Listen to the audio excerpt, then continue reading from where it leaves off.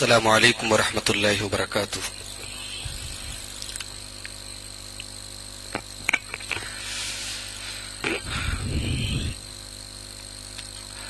الحمد للہ نحمده ونستعینه ونستغفره ونعوذ باللہ من شرور انفسنا ومن سیئات اعمالنا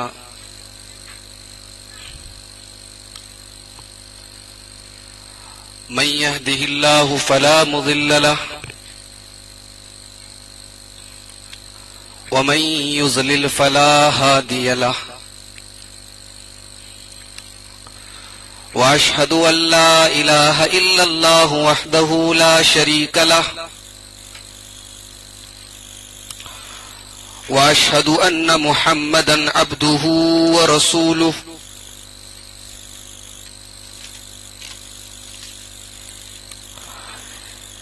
يا أيها الذين آمنوا اتقوا الله حق تقاته ولا تموتن إلا وأنتم مسلمون يا أيها الذين آمنوا اتقوا الله حق تقاته ولا تموتن إلا وأنتم مسلمون يا أيها الناس اتقوا ربكم الذي خلقكم من نفس واحدة وخلق منها زوجها وبث منهما رجالا كثيرا ونساء واتقوا الله الذي تساءلون به والأرحام إن الله كان عليكم رقيبا يا أيها الذين آمنوا اتقوا الله وقولوا قولا سديدا يصلح لكم أعمالكم ويغفر لكم ذنوبكم ومن يطع الله ورسوله فقد فاز فوزا عظيما أما بعد فإن خير الحديث كتاب الله وخير الهدي هدي محمد صلى الله عليه وسلم وشر الأمور محدثاتها وكل محدثة بدعة وكل بدعة ضلالة وكل ضلالة في النار أعوذ بالله من الشيطان الرجيم بسم الله الرحمن الرحيم سبحان الذي أسرى بعبده ليلا من المسجد الحرام إلى المسجد الأقصى الذي باركنا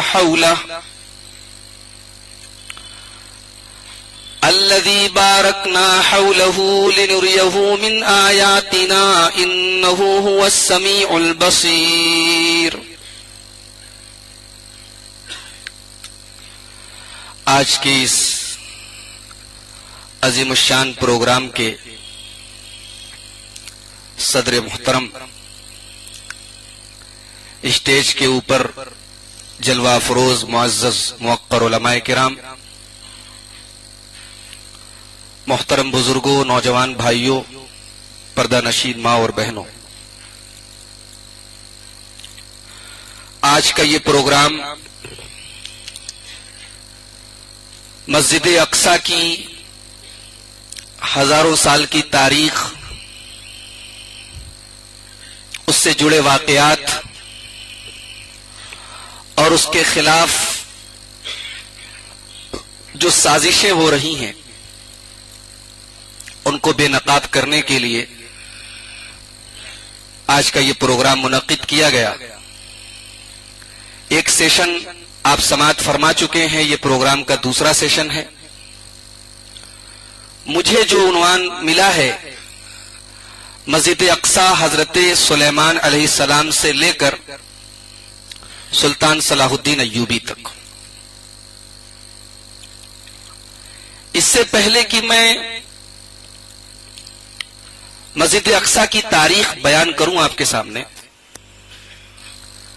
مسجد اقصی کہتے کس کو ہیں؟ اقصا کے معنی ہوتے ہیں دور والا. مسجد اقصا دور والی مسجد. چونکہ یہ مسجد حرام سے کافی دور ہے اس لیے اس کا یہ نام پڑا. یا بعض علماء نے یہ کہا ہے کہ مسجد اقصا کا نام مسجد اقصا اس لیے پڑا کیونکہ جس وقت مسجد اقصا تھی دنیا میں سب سے دوری پر عبادت کا گھر یہی تھی, یہی مسجد تھی. سب سے دوری پر یہی مسجد قائم تھی دنیا میں. بعض علماء نے مسجد اقصا کا نام مسجد اقصا اس لیے پڑا, اس کی ایک وجہ یہ بیان کی ہے کہ یہ مقدس جگہ ہے, ہر قسم کی گندگیوں سے دور ہے یہ, اس لیے اس کا نام اقصا پڑا. عام طور سے ہم یہ سمجھتے ہیں کہ مسجد اقصا بیت المقدس کے اندر جو ایک مسجد ہے اس مسجد کا نام مسجد اقصا یا بیت المقدس ہے. صرف اس مسجد کا نام بیت المقدس یا القدس یا الاقصا نہیں ہے, اس پورے کمپاؤنڈ کا نام ہے جو تقریباً 27 ایکڑ پر مشتمل ہے.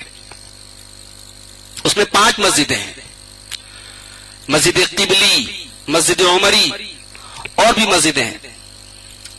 تو اس پورے ایریا کو جو دیواروں سے گھرا ہوا ہے جس کے اندر عیسائیوں کے مطابق ان کی بعض مقدس جگہیں ہیں, یہودیوں کا دعویٰ ہے کہ ہماری بعض مقدس جگہیں, اور مسلمانوں کی تو مسجد اقصا ہی ہے جہاں جو حضرت عمر فاروق رضی اللہ عنہ کے زمانے میں قائم ہوئی. یہ جو پوری باؤنڈری ہے, پورا کمپاؤنڈ ہے القدس, جس کو انگریزی میں جیروسلم بولتے ہیں, عربی میں یروشلم بولتے ہیں. یہ اس کے بارے میں سب سے پہلی بات تو آپ یہ سمجھ لیں اس کی تعمیر کس نے کی, مسجد اقصا کی یا بیت المقدس کی تعمیر کس نے کی. عام طور سے یہ کہا جاتا ہے کہ اس کی تعمیر حضرت سلیمان علیہ السلام نے کی, اور آج ہمارا عنوان بھی حضرت سلیمان سے شروع کیا جا رہا ہے, لیکن یہ غلط ہے. بیت المقدس کی تعمیر سلیمان علیہ السلام نے نہیں کی, سلیمان علیہ السلام نے تجدید کی ہے. کیوں؟ آئیے پہلے یہ سمجھ لیتے ہیں کہ سلیمان علیہ السلام کو کیوں کہا جاتا ہے اس کا بانی. ایک حدیث ہے جسے امام منذری الترغیب و ترہیب میں لائے ہیں. اللہ کے پیارے نبی صلی اللہ علیہ وسلم فرماتے ہیں لما فرغ سلیمان ابن داؤد من بناء بیت المقدس, جب حضرت سلیمان علیہ السلام بیت المقدس کی تعمیر سے فارغ ہو گئے. دیکھیں یہ الفاظ ہیں حدیث کے, جب سلیمان علیہ السلام بیت المقدس کی تعمیر سے فارغ ہو گئے تو انہوں نے اللہ سے 3 دعائیں کی. ایک دعا یہ کی کہ اے اللہ تو مجھے ایسا فیصلہ کرنے کی صلاحیت دے جو فیصلہ تیرے فیصلے کے مطابق ہو, حکمن یوافق حکمہ, ایسا فیصلہ کرنے کی صلاحیت دے جو تیرے فیصلے کے مطابق ہو. کیا مطلب؟ یعنی میں جو فیصلہ کروں بالکل صحیح ہو, کریکٹ ہو, اس کا ٹیلنٹ مجھے دے. اور دوسری دعا یہ کی کہ مجھے ایسی بادشاہت دے جو میرے بعد کسی کو نہ ملے. اور تیسری دعا یہ کی حضرت سلیمان علیہ السلام نے کہ اس مسجد میں, مسجد اقصا میں, بیت المقدس میں جو آدمی نماز پڑھنے کے لیے آئے الا خرج من ذنوبہ کیوم ولدتہ امہ, یہاں نماز پڑھنے کے لیے جو آئے تو نماز پڑھ کے جب وہ یہاں سے نکلے تو ایسے نکلے جیسے ماں کے پیٹ سے بچہ نکلتا ہے, گناہوں سے بالکل پاک اور صاف ہو کر جائے. اللہ کے پیارے نبی صلی اللہ علیہ وسلم فرماتے ہیں, یہ صحیح حدیث ہے, کہ اس میں سے 2 دعائیں تو حضرت سلیمان کی قبول ہوئیں.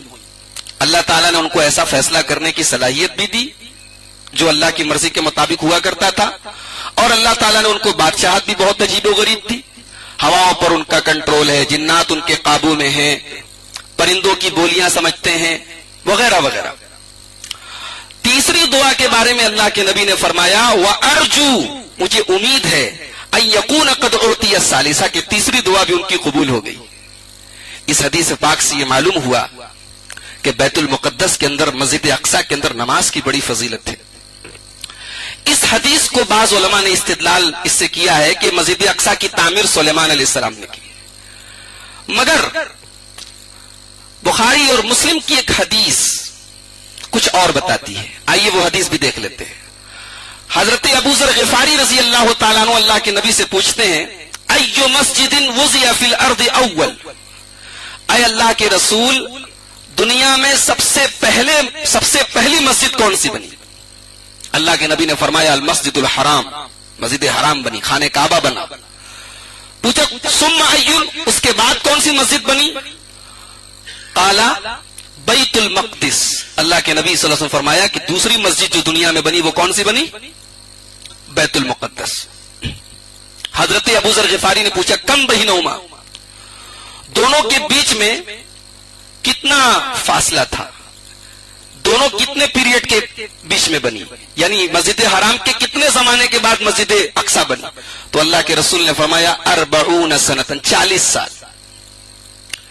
40 سال کا لفظ بتا رہا ہے کہ مسجد حرام یعنی خانہ کعبہ اور بیت المقدس دونوں کی تعمیر ایک ہی نسل کے لوگوں نے کی ہے. یہ بات معلوم ہو رہی صدی سے. 40 سال کا پیریڈ بہت لمبا پیریڈ نہیں. اب اگر ہم یہ مانتے ہیں کہ خانہ کعبہ کی تعمیر حضرت ابراہیم علیہ السلام نے کی ہے اور بیت المقدس کی تعمیر حضرت سلیمان علیہ السلام نے کی ہے تو دونوں کے بیچ میں 1000 سال سے بھی زیادہ کا فاصلہ ہے. تو اس حدیث کا پھر ہمارے پاس کیا جواب ہوگا؟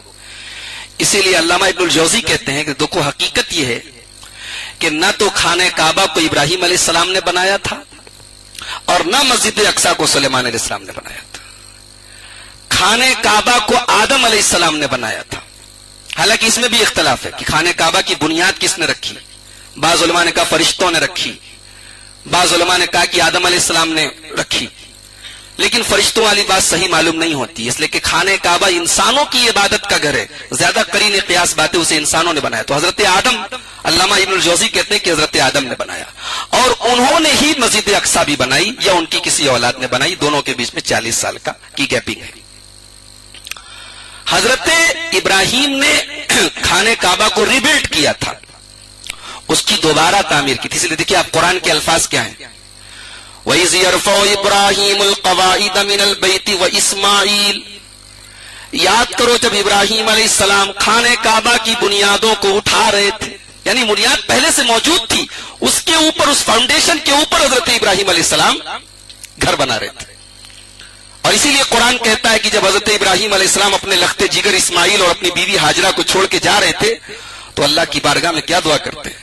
ربنا انی اسکنت من ذریتی بواد غیر ذی زرع عند بیتک المحرم، اے اللہ میں اپنے بچے کو، اپنی بیوی کو، اپنی ذریت کو اس تیرے گھر کے پاس چھوڑ کے جا رہا ہوں. اللہ تعالیٰ نے انڈیکیٹ کر دیا تھا کہ یہی میرا گھر ہے، یہی خانہ کعبہ ہے، لیکن زمانے کے ساتھ ساتھ وہ گھر، اس کے آثار ختم ہو گئے تھے. حضرت ابراہیم علیہ السلام نے دوبارہ اس کی تعمیر کی. اسی طریقے سے مسجد اقصی کی تعمیر بھی حضرت آدم علیہ السلام کے زمانے میں ہوئی، حضرت سلیمان نے اس کو پھر سے کھڑا کیا تھا. اس مسجد کی فضیلت کیا ہے؟ اس کی سب سے پہلی فضیلت تو یہی ہے کہ ایک مسلمان کے لیے تیسری سب سے مقدس جگہ ہے. خانہ کعبہ کے بعد اور مسجد نبوی کے بعد تیسری سب سے مقدس جگہ ہمارے لیے بیت المقدس ہے. اور یہ تمام انبیاء کرام کا قبلہ رہا ہے مسجد حرام سے پہلے، اور 17 مہینے تک تو مسلمانوں نے بھی اسی کو قبلہ بنا کے نماز پڑھی. اس کے بعد تحویل قبلہ کا حکم آیا ہے. تو یہ ہمارے لیے انتہائی محترم جگہ ہے، محترم مسجد ہے. اور اللہ کے نبی صلی اللہ علیہ وسلم فرماتے ہیں لا تشد الرحال الا الى 3 مساجد، سفر کرنا، نماز پڑھنے کی نیت سے کسی مسجد میں سفر کرنا صرف 3 مسجدوں میں جائز ہے. کون سی 3 مسجدیں ہیں؟ تینوں میں سے کوئی انڈیا میں نہیں ہے. مسجد حرام، مسجد نبوی اور بیت المقدس، مسجد اقصی. یہ 3 جگہ ایسی ہیں جہاں ثواب کی نیت سے سفر کرنا جائز ہے. آج کہاں کہاں لوگ سفر کر رہے ہیں ثواب کی نیت سے. 3 مسجدیں ہیں اور جگہوں کی تو بات چھوڑو. اور اس مسجد کے ساتھ ایک بہت بڑا واقعہ یہ جڑا ہوا ہے. کہ اللہ کے پیارے نبی صلی اللہ علیہ وسلم کو معراج کا جو سفر ہوا، اس معراج کے سفر کی پہلی منزل ہے بیت المقدس. مسجد حرام سے معراج کا سفر شروع ہوا ہے. اللہ کے پیارے نبی مسجد اقصی تک پہنچے ہیں اور وہاں آپ نے تمام انبیاء کرام کی امامت کرائی ہے، اور وہاں سے آپ نے آگے کا سفر آسمانی سفر طے کیا ہے. اسی لیے معراج کا مطلب ہوتا ہے چڑھنا، وہیں سے آپ بلندی کی طرف چڑھے ہیں. تو یہ سفر معراج کی پہلی منزل ہے. یہ ہمارے نبی کی امامت گاہ ہے جہاں ہمارے نبی کو تمام نبیوں کا امام بنایا گیا. اب ایک سوال پیدا ہوتا ہے کہ جب ہمارے لیے سب سے مقدس سرزمین مکہ ہے تو انبیاء کی امامت خانہ کعبہ میں کیوں نہیں کرا دی گئی؟ سفر معراج خانہ کعبہ سے ہی کیوں نہیں کرایا گیا؟ مسجد اقصی سے کیوں کرایا گیا؟ ایک سوال پیدا ہوا. جواب اس کا یہ ہے کہ مسلمانوں کے پہلے دنیا کی امامت بنی اسرائیل کے ہاتھ میں دی گئی تھی. اللہ تعالیٰ نے بنی اسرائیل کو تمام عالمین پر فضیلت دی تھی. اب وہ فضیلت ٹرانسفر ہو رہی تھی امت محمدیہ علی صاحب صلوات والسلام پر. یہ میسج دیا گیا کہ اے میرے نبی، اب دنیا کی قیادت اور امامت آپ کی امت کے ہاتھوں میں جا رہی ہے. اب آپ اللہ کے آخری رسول ہیں، لہذا مسجد اقصی میں جو آپ سے پہلے تمام نبیوں کی کا مسکن رہا ہے، انبیاء بنی اسرائیل کا مسکن رہا ہے، ان کی عبادت گاہ رہی ہے، وہاں پر آپ سارے نبیوں کی امامت کرائیں تاکہ یہ واضح ہو جائے کہ اب آپ کی امت ہی اس دنیا کی قیادت کرے گی. اور آپ کو ایک بات یہ بھی بتا دوں کہ مسجد اقصی میں ایک ٹائم کی نماز، چاہے فرض ہو یا نفل ہو، ایک نماز کا ثواب کتنا ہے؟ 250. اس میں اختلاف ہے، اس میں اختلاف ہے، لیکن زیادہ صحیح بات یہی ہے کہ 500. اس کی دلیل کیا ہے؟ امام بیہقی ایک حدیث لایا السنن الصغریٰ میں، حضرت ابو درداء انصاری رضی اللہ تعالیٰ عنہ کہتے ہیں اللہ کے پیارے نبی نے فرمایا فضل الصلاۃ فی المسجد الحرام علی غیرہ 100,000 صلاۃ. مسجد حرام میں ایک وقت کی نماز، ایک نماز کا ثواب 1,00,000 نماز کے برابر. وفی مسجدی ھذا 1000 صلاۃ، اور میری مسجد میں 1000 نماز کے برابر. وفی مسجد بیت المقدس 500 صلاۃ، اور بیت المقدس میں 500 نمازوں کے برابر. یعنی ثواب کے اعتبار سے دنیا میں تیسرے نمبر پر یہ مسجد ہے. مسجد حرام میں 1,00,000، مسجد نبوی میں 1000 اور بیت المقدس میں 500.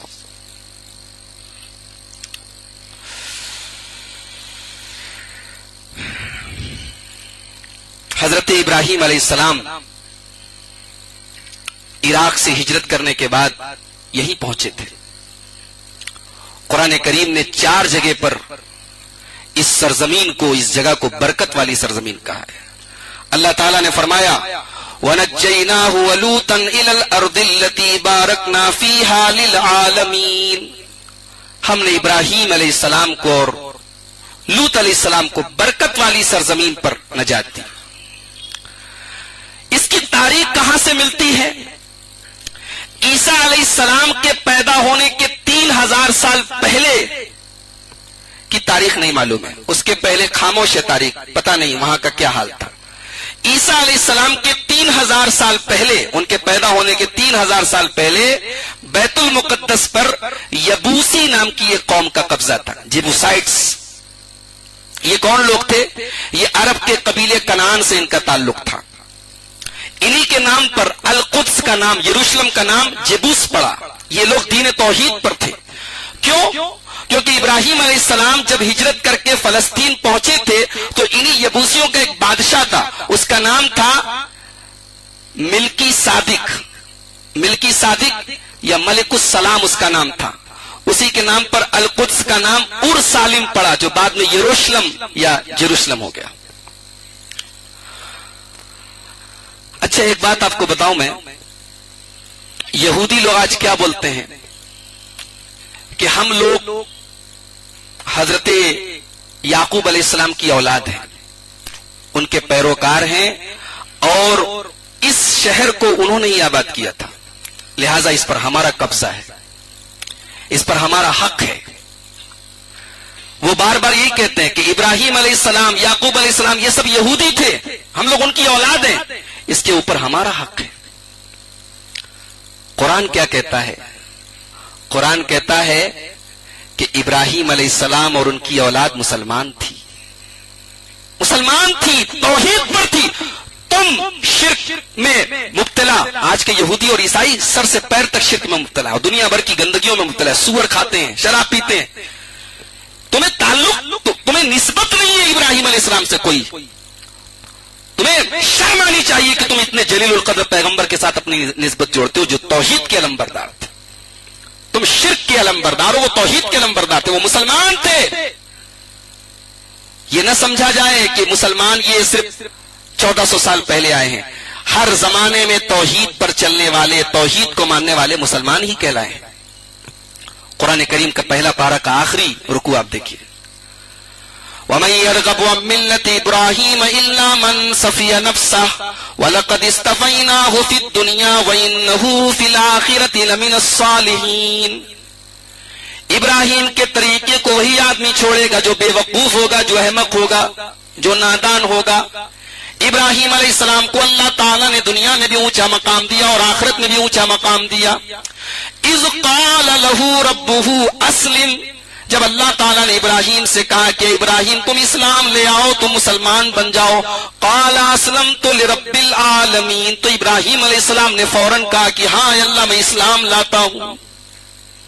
وَوَصَّى بِهَا إِبْرَاهِيمُ بَنِيهِ وَيَعْقُوبَ، اور اسی اسلام کے اوپر چلنے کی وصیت ابراہیم علیہ السلام نے بھی اپنی اولاد کو کی تھی، یعقوب علیہ السلام نے بھی اپنی اولاد کو کی تھی۔ ان یہودیوں کو کوئی حق نہیں ہے کہ یہ ابراہیم خلیل اللہ جو دین توحید پر تھے، یہ حضرت یعقوب علیہ السلام جو دین توحید پر تھے، ان کے ساتھ یہ اپنا ناتا جوڑے۔ اسی لیے قرآن کہتا ہے ما کان ابراہیم یہودی ولا نصرانیہ، ابراہیم نہ تو یہودی تھے نہ عیسائی تھے، ولیکن کان حنیفا مسلما، بلکہ پکے مسلمان تھے، وما کان من المشرکین، مشرک نہیں تھے۔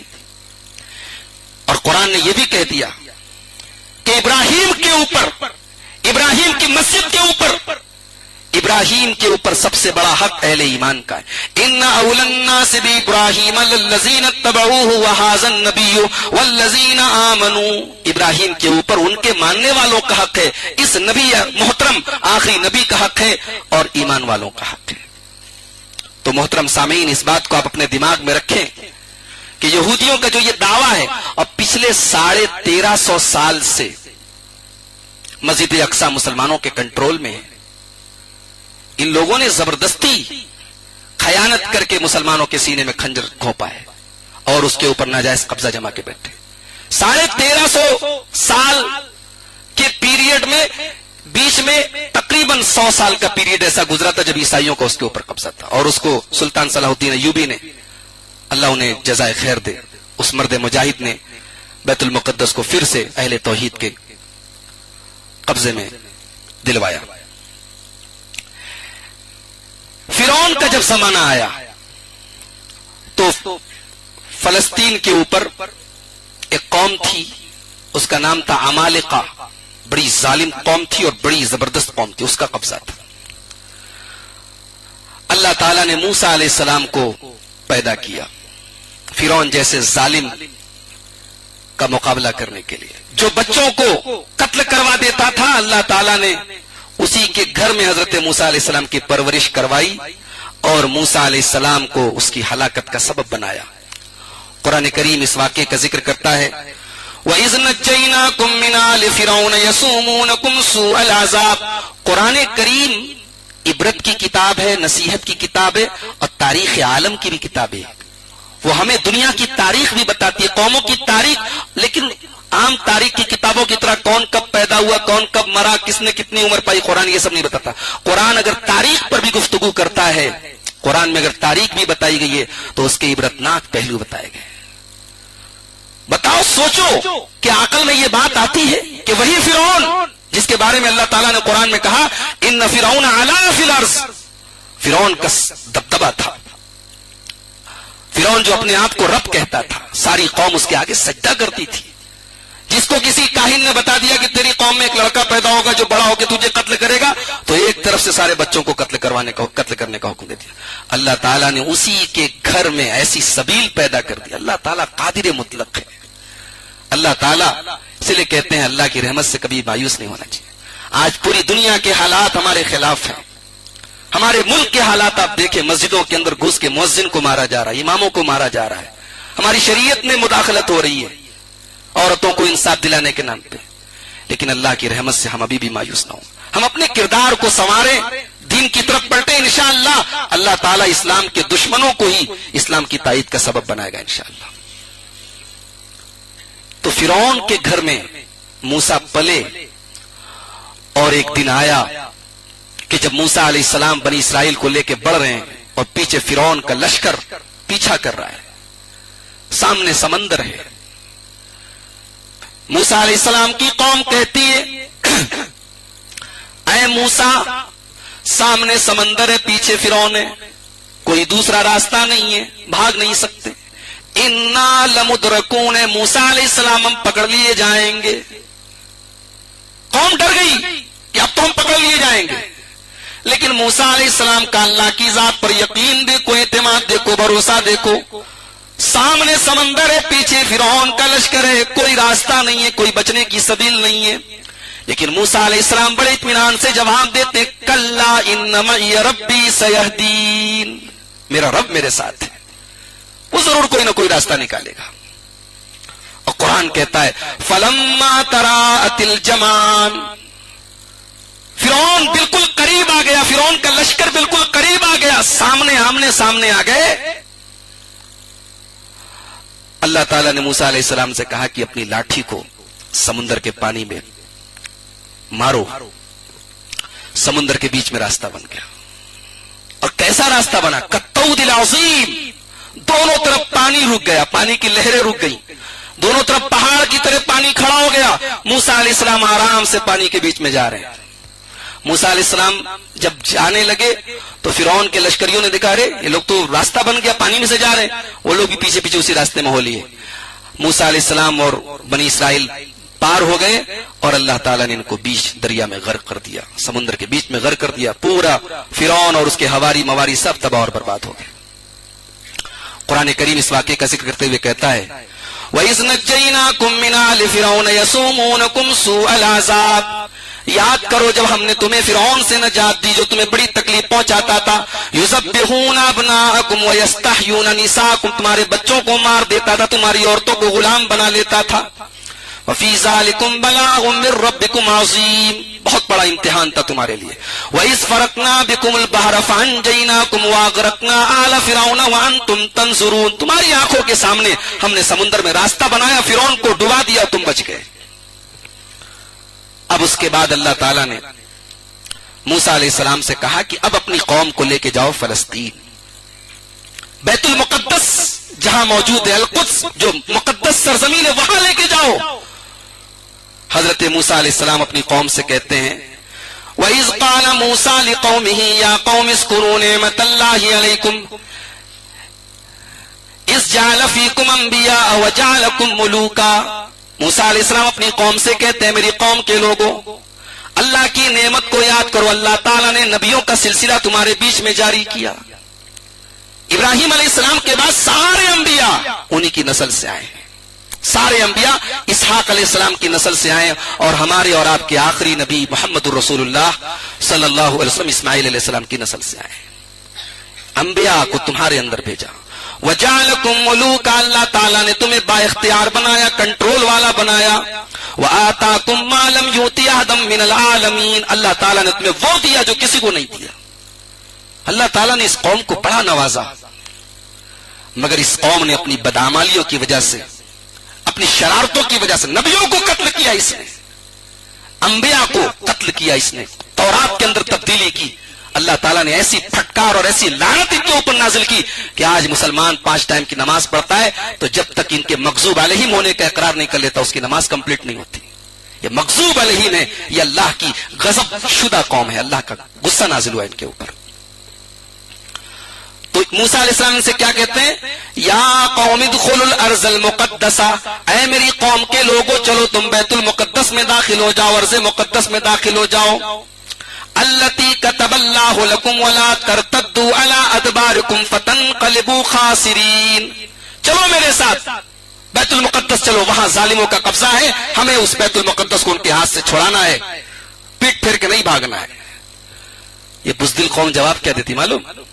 جواب دیتی ہے قالوا یا موسیٰ ان فیہا قوما جبارین وإنا لن ندخلها حتی یخرجوا منها فإن یخرجوا منها فإنا داخلون، کہا کہ اے موسیٰ فلسطین میں تو بڑے ظالم اور بڑے زوراور لوگوں کی حکومت ہے، ایک کام کرو ان کو وہاں سے پہلے نکلوا دو تب ہم چلیں گے وہاں۔ یہ ہے، یہ اس قوم کا حال ہے، میٹھا میٹھا حق کڑوا کڑوا تھا، کچھ کرنا نہ پڑے۔ اور آج اللہ معاف کرے، آج ہمارا وہی مزاج بنتا چلا جا رہا ہے، مسائل کو حل کرنا ہے کوشش کچھ نہیں کریں گے، ہاں واٹس ایپ پر شیئر کر دیں گے، فیس بک پہ ڈال دیں گے ہاں صاحب ہمارے ساتھ یہ ہو رہا ہے، یہ مسائل حل کیسے ہوں گے اس کی کوئی اسٹریٹجی ہمارے پاس نہیں۔ پوری دنیا میں آج ہم ذلیل و خوار اور ہم کر کیا رہے ہیں؟ ہم واٹس ایپ پر شیئر کر رہے ہیں، سوشل میڈیا پہ شیئر کر رہے ہیں کہ ہاں دیکھو بھائی ہم بہت پریشان ہیں، ہم لٹ رہے ہیں پٹ رہے ہیں۔ یہ قوم کہتی ہے موسیٰ سے کہ اے موسیٰ ہم وہاں تبھی جائیں گے جب وہاں سے ظالم قوم نکل جائے گی، جبارین نکل جائیں گے۔ قال رجلان من الذين يخافون انعم الله عليهم ادخلوا عليهم الباب فاذا دخلتموه فانكم غالبون۔ پورے بنی اسرائیل میں دو آدمی تھوڑے اللہ والے تھے، اللہ سے ڈرنے والے تھے۔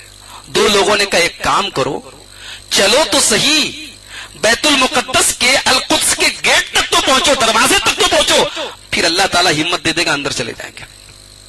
اتنا تو کرو، اتنا تو کرو کہ گیٹ تک چلو۔ تو یہ کم وقت جواب کیا دیتے ہیں؟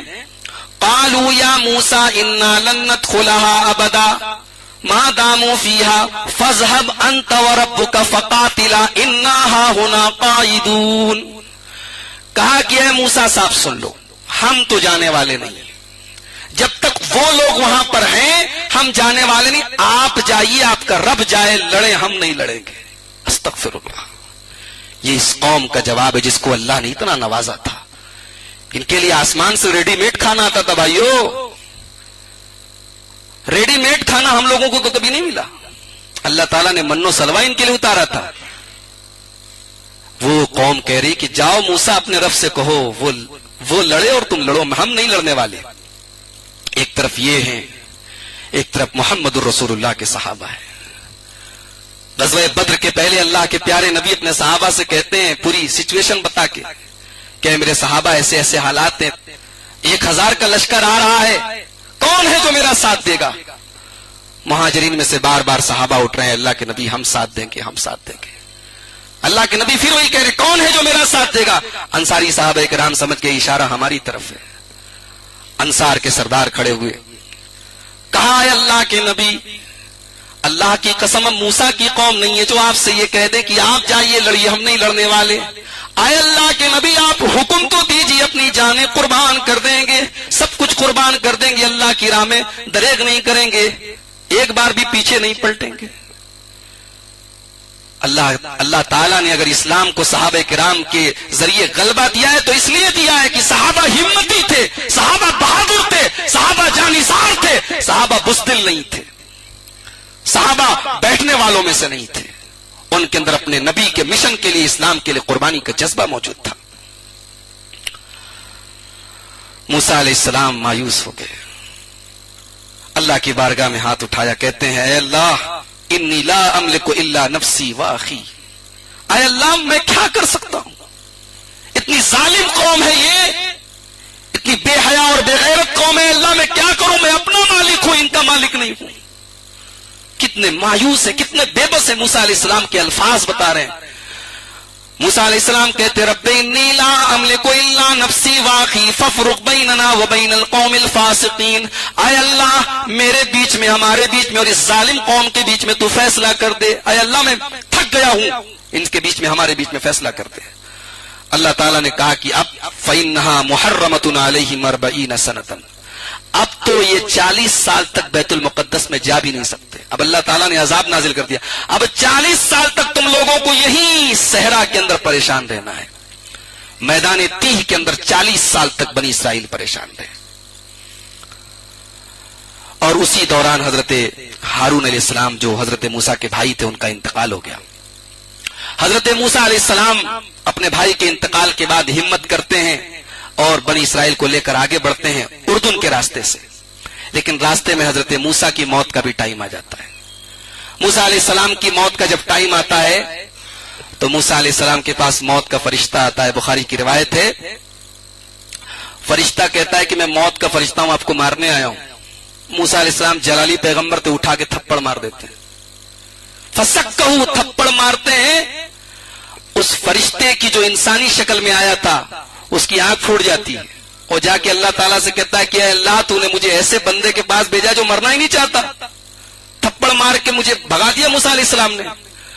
اللہ تعالیٰ نے کہا کہ جاؤ موسیٰ سے کہو کہ اپنا ہاتھ ایک بیل کی پیٹھ پر رکھے اور اس کے ہاتھوں کے نیچے جتنے بیل کے بال آئیں اتنے سال کی زندگی ہم اور عطا کرتے ہیں. موسیٰ علیہ السلام نے کہا کہ اے اللہ اس کے بعد موت آئے گی. کہا اے اللہ اگر ایسی بات ہے تو مجھے ابھی موت چاہیے, الان مجھے ابھی موت دے دے. لیکن اے اللہ میں تجھ سے سوال کرتا ہوں کہ تو مجھے ارض مقدس کے قریب میں, بیت المقدس کے قریب میں تجھے موت عطا فرما. اللہ تعالیٰ نے موسیٰ علیہ السلام کی یہ دعا قبول فرمائی. اللہ کے پیارے نبی فرماتے کہ اگر میں وہاں ہوتا تو وہاں کے راستے میں ایک مقام پر میں موسیٰ علیہ السلام کی قبر تم لوگوں کو دکھا دیتا. بخاری کی روایت ہے. موسیٰ علیہ السلام کے بعد اللہ تعالیٰ نے بنی اسرائیل میں یوشع ابن نون کو نبی بنایا. یہ بنی اسرائیل کو لے کر آگے بڑھے, نہر اردن کو پار کیا, لیکن ابھی بھی بیت المقدس پر ان کا کنٹرول نہیں ہوا. پھر حضرت داؤد علیہ السلام کا زمانہ آیا. حضرت داؤد علیہ السلام کا جب زمانہ آیا اس وقت بیت المقدس میں جالوت نام کے ایک ظالم آدمی کی حکومت تھی. قرآن کریم میں سورہ بقرہ میں اللہ تعالیٰ نے واقعہ ذکر کیا ہے, الم تر الی الملأ من بنی اسرائیل من بعد موسیٰ اذ قالوا لنبی لہم ابعث لنا ملکا نقاتل فی سبیل اللہ. یاد کرو جب اللہ تعالیٰ نے جب بنی اسرائیل کے اندر ان کے نبی نے ان سے کہا ابعث لنا ملکا نقاتل فی سبیل اللہ, جب انہوں نے اپنے نبی سے کہا بنی اسرائیل کے لوگوں نے کہ اے ہمارے پیغمبر اللہ سے کہو کہ کوئی بادشاہ بھیج دے تاکہ ہم اللہ کی راہ میں جہاد کریں. یعنی اب ان کو سمجھ میں آ رہا ہے کہ بیت المقدس کا راستہ جہاد کے راستے سے ہے, بیت المقدس کو فتح کرنا ہے تو جہاد کرنا پڑے گا. تو اب کہہ رہے ہیں اپنے نبی سے داؤد علیہ السلام سے کہ اللہ تعالیٰ سے کہیے کوئی بادشاہ بھیج دے. تو حضرت داؤد نے کہا قال هل عصيتم ان كتب عليكم القتال الا تقاتلوا قالوا وما لنا الا نقاتل في سبيل الله وقد اخرجنا من ديارنا وابنائنا. حضرت داؤد نے کہا کہ کیا تمہارا کیا بھروسہ ہے, کیا گارنٹی ہے, اللہ تعالیٰ تمہیں جہاد کا حکم دے تم پھر پیچھے پلٹ جاؤ. کہا کہ نہیں, ان لوگوں نے فلسطین کے اندر ہمارے اوپر بڑا ظلم کیا ہے, ہم وعدہ کرتے ہیں کہ ہم اس بار بڑی ہمت سے لڑیں گے. تو اللہ تعالیٰ نے طالوت کو ان کا بادشاہ بنا دیا. طالوت کون تھا؟ طالوت جو ہے انہی کی قوم بنی اسرائیل کے اندر ایک عام آدمی تھے, بہت پیسے والے نہیں تھے. ان کو جب بادشاہ بنایا گیا اللہ تعالیٰ کی طرف سے تو اس پر بھی اعتراض, کہنے لگے کہ اللہ تعالیٰ نے بادشاہ بنایا تو کسی امیر آدمی کو کیوں نہیں بنایا, کسی پیسے والے کو کیوں نہیں بنایا. تو حضرت داؤد نے کہا کہ اللہ تعالیٰ نے ان کو بادشاہ اس لیے بنایا ہے وَزَادَهُ بَسْطَةً فِي الْعِلْمِ وَالْجِسْمِ کہ اللہ تعالیٰ نے ان کو علم اور جسم کی صلاحیت دی ہے. بادشاہت کے لیے انسان کے مالدار ہونا, خوشحال گھرانے سے ہونا یہ شرط نہیں ہے. بادشاہت کے لیے لوگوں پر کی قیادت کرنے کے لیے انسان کا جسم کے اعتبار سے طاقتور ہونا اور علم کے اعتبار سے ٹیلنٹڈ ہونا ضروری ہے. کہا کہ اس لیے اللہ نے ان کو بادشاہ بنایا.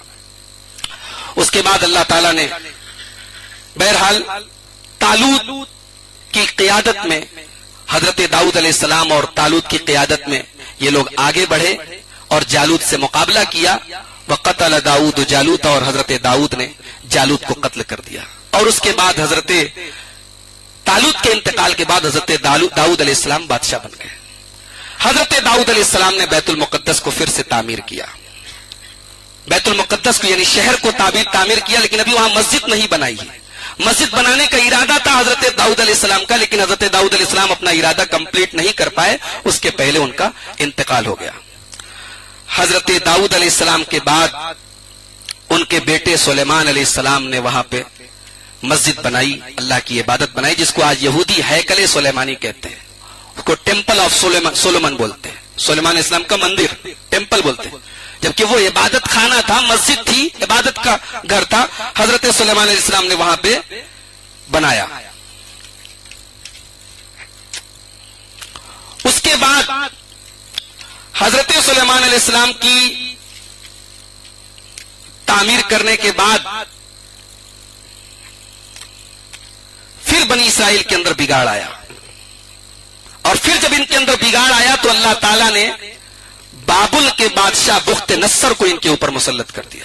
سلیمان علیہ السلام کے 350 سال کے بعد بخت نصر نام کا بابل سے آیا ہوا ظالم بادشاہ تھا. اس نے پورے بیت المقدس کو برباد کیا، اس ہیکل سلیمانی کو جلا ڈالا، ختم کر دیا، برباد کر دیا، گھروں میں گھس گھس کے لوگوں کو مارا.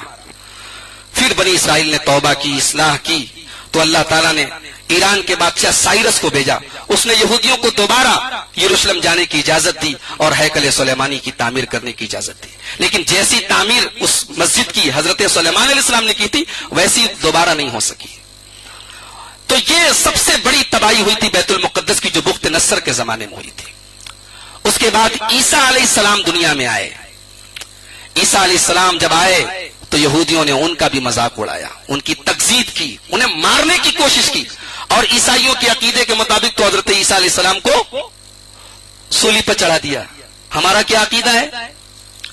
عیسیٰ علیہ السلام کو اللہ تعالیٰ نے بچا لیا. وما قتلوہ وما صلبوہ ولکن شبہ لہم. انہوں نے عیسیٰ علیہ السلام کو مارنے کی کوشش کی، لیکن اللہ تعالیٰ نے ان کے ہمشکل ایک انسان کو ان کا ہمشکل بنا دیا اور عیسیٰ علیہ السلام کو جسم اور روح سمیت اٹھا لیا. تو ان لوگوں نے عیسیٰ علیہ السلام کو بھی قتل کرنے کی کوشش کی.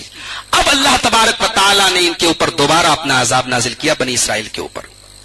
اور اللہ تعالیٰ نے رومی جنرل ٹیٹس کو ان کے اوپر مسلط کر دیا.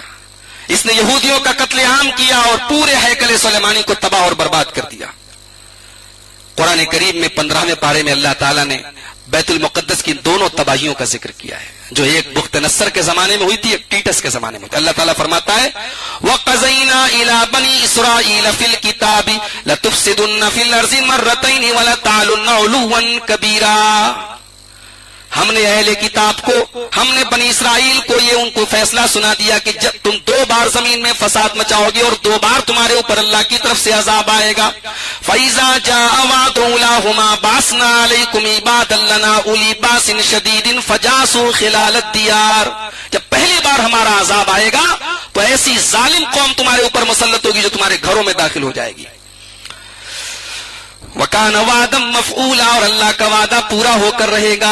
یہ بخت نصر کے واقعے کی طرف اشارہ ہے، جو حضرت سلیمان علیہ السلام کے 350 سال کے بعد جب بنی اسرائیل کے اندر بگاڑ آ گیا، شرک آ گیا، اللہ تعالیٰ نے اس قوم کو جتنا نوازا اسی اعتبار سے اس قوم نے ناشکری کی.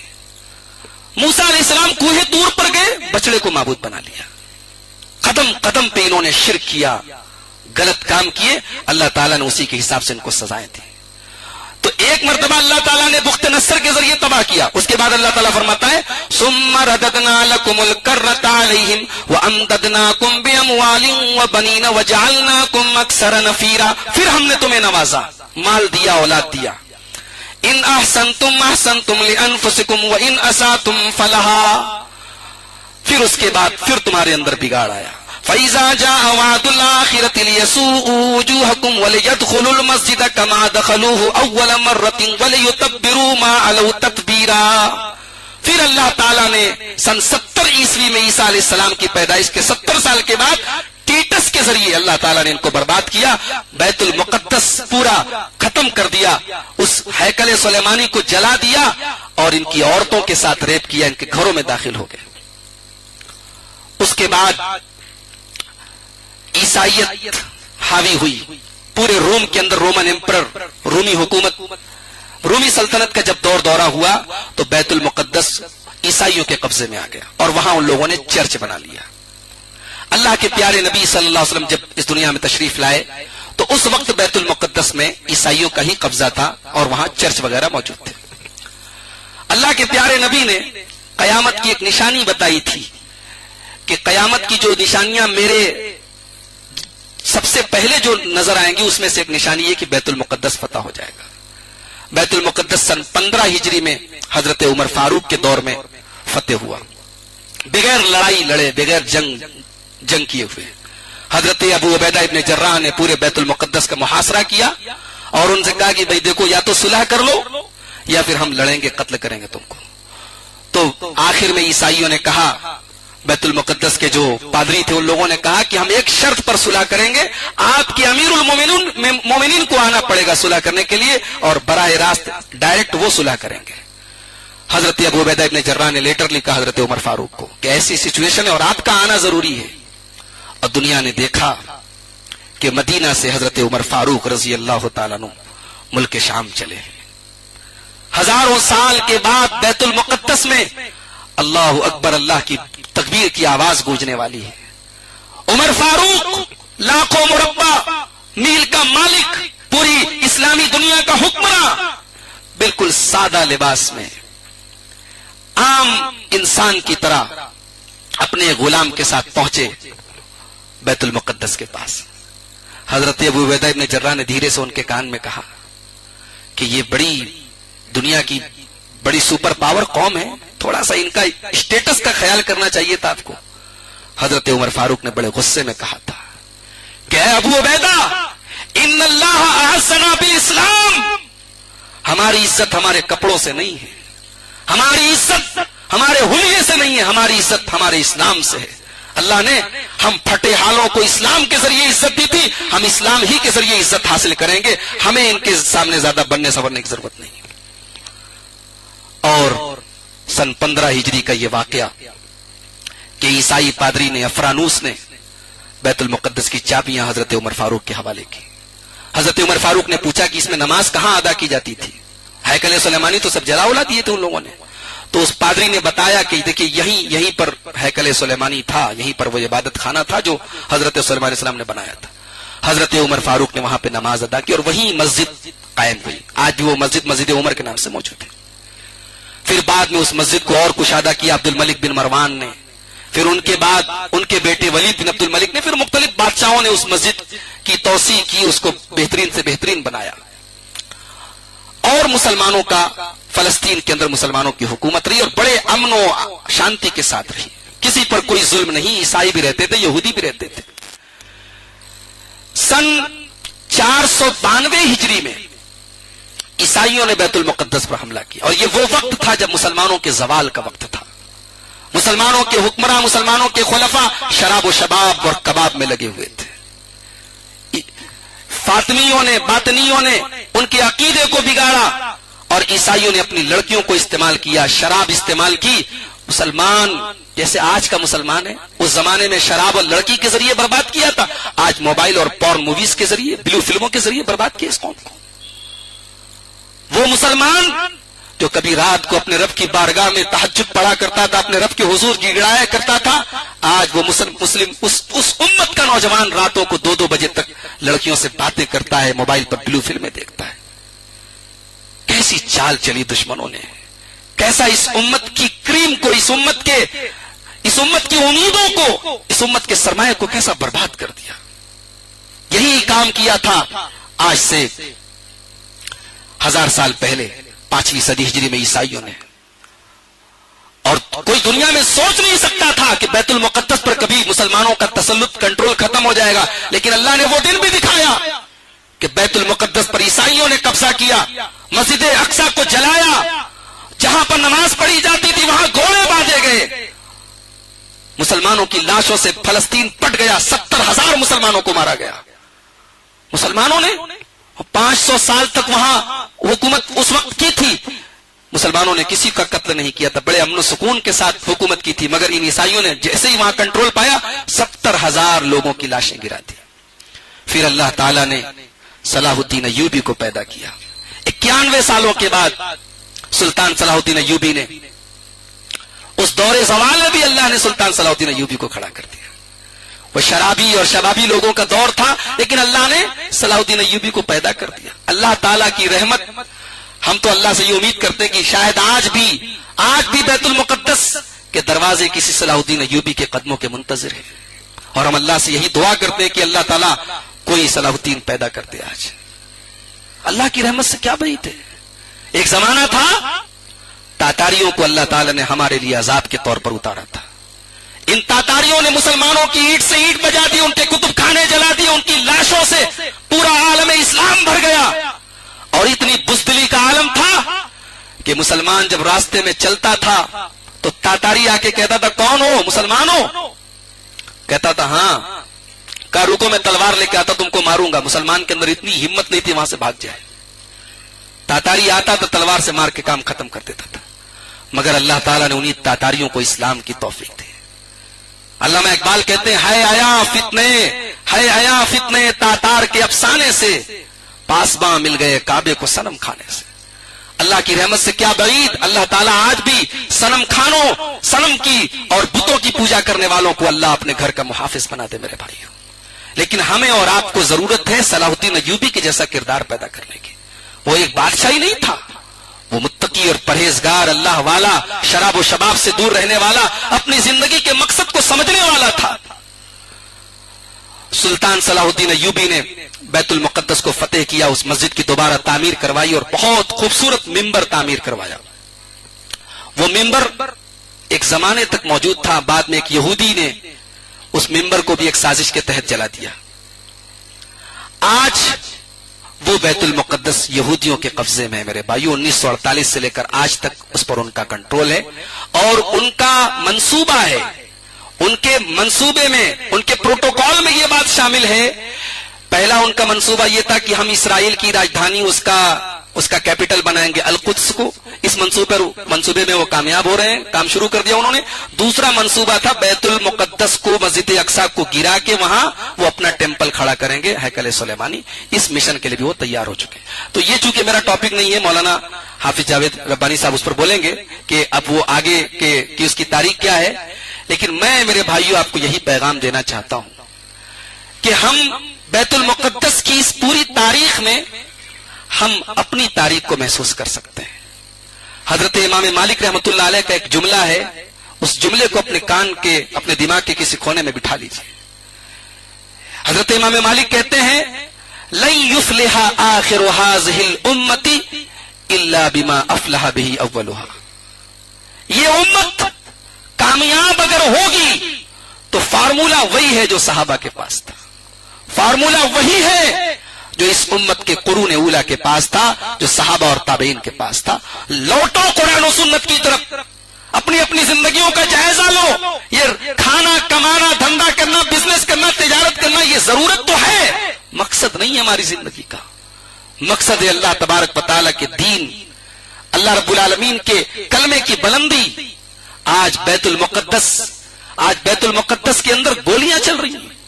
بیت المقدس کے اندر اسرائیل کی فوجیں گھس کے مسجد اقصی میں اپنے جوتے پہن کے نمازیوں کو مار رہی ہیں، اور آج پوری مسلم دنیا خاموش بنی بیٹھی. کس چیز کی کمی ہے ہمارے پاس؟ بادشاہتیں نہیں ہمارے پاس، دولت نہیں ہمارے پاس، آبادی نے ہماری کم ہے. مٹھی بھر یہودی آج ہمارے قبلہ اول پر، اس مسجد پر جہاں ہمارے نبی نے تمام انبیاء کی امامت کرائی تھی، آج اس مسجد کو اپنے کنٹرول میں لیے ہوئے. میرے بھائیوں، بیت المقدس کی یہ تاریخ ہم سے مطالبہ کرتی ہے کہ اللہ تعالیٰ جب کوئی قوم اپنے عمل کی اصلاح کرتی ہے تو اللہ تعالیٰ نوازتا ہے، اور جب کوئی قوم بگڑتی ہے تو اللہ تعالیٰ مغضوب علیہم بنا دیتا ہے. کبھی آپ نے غور کیا قرآن کریم میں اتنی ڈیٹیل کے ساتھ بنی اسرائیل کی شرارتیں کیوں بیان کی گئی؟ قرآن کریم کا پہلا پارہ کھولو سورۃ البقرہ، یہودیوں کی شرارت شروع. پورے قرآن میں اللہ بار بار یہودیوں کی شرارتیں بیان کر رہا ہے، اور پہلی سورہ فاتحہ ہی میں ہم کو یہ سکھا دیا گیا کہ ہمیں المغضوب علیہم کے طریقے پر نہیں چلنا ہے. میرے بھائیوں، ہم خیر امت ہیں، ہم دنیا کی سب سے بہترین امت ہیں، محمد الرسول اللہ کی امت ہیں.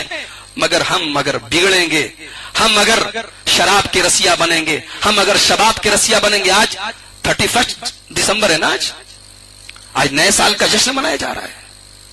ہوٹلوں میں 5 اسٹار ہوٹلوں میں رقاصائیں آ رہی ہیں, ناچنے والیاں گانے والیاں آ رہی ہیں. اور آپ کو شاید یہ بات آپ کے علم میں ہوگی, آپ کو پتا ہوگی کہ مہنگے مہنگے ہوٹلوں کے پاس ہوتے ہیں, ٹکٹ ہوتے ہیں جہاں ناچ گانے ہوتے ہیں اور شراب ملتی ہے. وہ مہنگے مہنگے پاس دے کے وہاں جانے والے ایک بڑی تعداد میں ہمارے مسلمان بھائی. گوا کے بیچز مسلمانوں سے بھی آباد ہیں. عرب دنیا کے حالات آپ دیکھیں, دبئی عرب کی دنیا کا ایک ملک ہے دبئی, فحاشی اور عریان کا اڈا اور مرکز بنا ہوا ہے. اور اب دھیرے دھیرے جو ایک امیدوں کا ہمارے مرکز ہے سعودی عرب, جہاں ہمارے دلوں میں کی دھڑکنیں جہاں سے وابستہ ہے, جہاں ہمارا قبلہ ہے, جہاں مکہ اور مدینہ ہے, اب وہاں بھی دشمنوں کی نظریں لگی ہوئی ہیں. اس کو وہاں کے ماحول کو بھی خراب کرنے کی کوشش شروع ہو چکی ہے. میرے بھائیوں, کم سے کم ہم اپنے اس ملک میں, اپنے ماحول میں, ہر آدمی اپنے گھر میں چھوٹے پیمانے پر اپنی اپنی اصلاح کریں. ہم یہی بیت المقدس کی تاریخ بیان کر کے آپ کو سنا کے صرف آپ سن کے چلے جائیں مقصد نہیں ہے. مقصد یہ ہے کہ ہم اس پوری تاریخ میں اپنے کردار کی تاریخ دیکھیں, ہم اپنی تاریخ دیکھیں, بیت المقدس کی تاریخ میں ہم اپنے عمل کا جائزہ لیں. آئیے ہم اللہ سے دعا کریں, رب العالمین ہم سب کو اپنے اپنے عمل کی اصلاح کرنے کی توفیق عطا فرمائے. رب العالمین ہمیں اپنے مقصد حیات کو سمجھنے کی توفیق عطا فرمائے. اور ہم اللہ سے یہ بھی دعا کریں, یہ ملک ہمارا ہے, یہ ہمارا وطن ہے, اس ملک کو ہم نے سینچا ہے, اس ملک کے اوپر آج بڑی ناپاک نگاہیں ہیں اس ملک کے ماحول کو خراب کرنے کی, اس ملک کے بھائی چارے کو خراب کرنے کی. میرے بھائیوں, اس ملک کی امن و شانتی کے لیے ہم اللہ سے دعا کرتے ہیں, اور ہم اللہ سے دعا کرتے ہیں کہ اس ملک میں ہم تمام انسانوں کی اور بالخصوص ہم مسلمانوں کی جان و مال اللہ تعالیٰ تو محفوظ رکھ, ہماری مسجدوں کی تو حفاظت فرما. اور جس مسجد اقصیٰ کے اوپر آج کا یہ پورا پروگرام ہے, اس مسجد کے تعلق سے تو ہم ہر وقت ہر نماز میں دعا کریں کہ اے اللہ تو قبلہ اول کو ہمیں لوٹا دے, اے اللہ ان صہیونیوں کے قبضے سے اسے نجات دے دے, اے اللہ ہماری آنکھوں کو اس مسجد اقصیٰ کے دیدار سے اور وہاں 2 رکعت نماز پڑھنے کے ذریعے ہماری آنکھوں کو ٹھنڈک نصیب فرما. اے اللہ عالم اسلام کو ایک مرتبہ پھر صلاح الدین ایوبی عطا فرما. اے اللہ یہ دنیا ظلم و جور سے بھرتی چلی جا رہی ہے, اے اللہ اس دنیا میں عدل و انصاف کا بول بالا کر دے. اے اللہ اپنے دین کو غالب کر دے, اور اس دین کو غالب کرنے کی ہم سب کو توفیق عطا فرما. آمین. اقول قولی ھذا واستغفر اللہ لی ولنا ولکم ولسائر المسلمین, والسلام علیکم ورحمۃ اللہ وبرکاتہ.